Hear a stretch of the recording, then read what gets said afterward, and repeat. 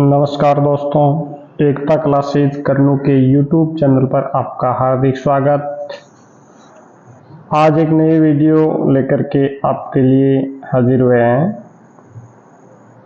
पिछले दिनों जो थ्योरी के रूप में हमने रियासती सिक्कों के बारे में पढ़ा था, उसी में से बेहद महत्वपूर्ण प्रश्न है जो बना के लाए हैं आपके लिए, जो आने वाली विभिन्न प्रतियोगी परीक्षाओं के लिए बेहद महत्वपूर्ण है। आइए प्रश्नोत्तरी की ओर चलते हैं। पहला प्रश्न की शुरुआत करते हैं। 1886 में बूंदी में महाराव राम सिंह के समय किस प्रकार के सिक्के प्रचलन में थे?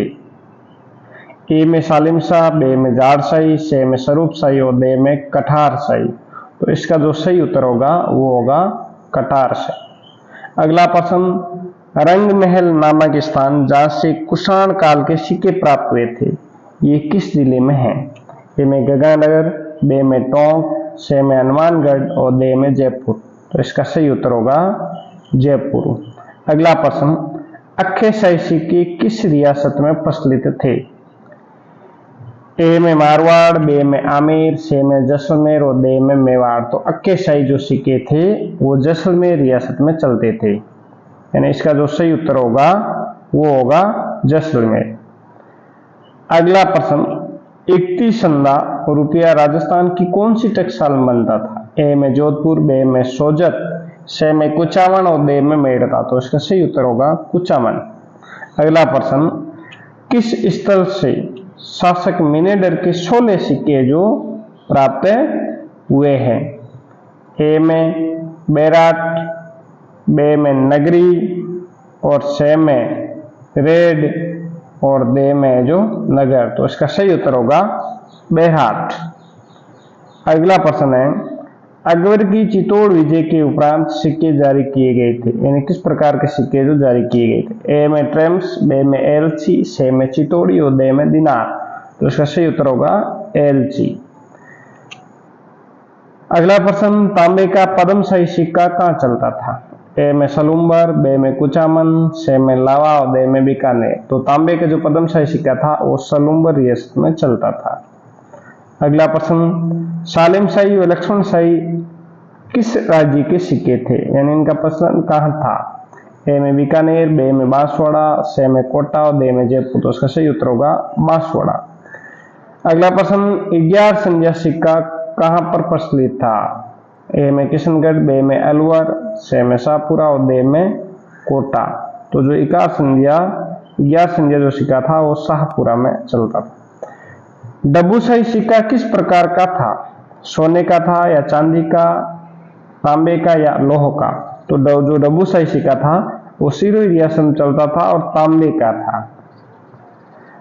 अगला, तमचाचाई सिक्का किस रियासत में प्रचलित था? तो इसका जो सही उत्तर होगा ए में धौलपुर, बी में जोधपुर, सी में जैसलमेर और डी में अलवर। इसका सही उत्तर होगा धौलपुर। अगला प्रश्न, नागौर में किस प्रकार के सिक्के चलते थे? ए में माणकशाही, बी में अमरशाही, सी में रामशाही और डी में विजयशाही।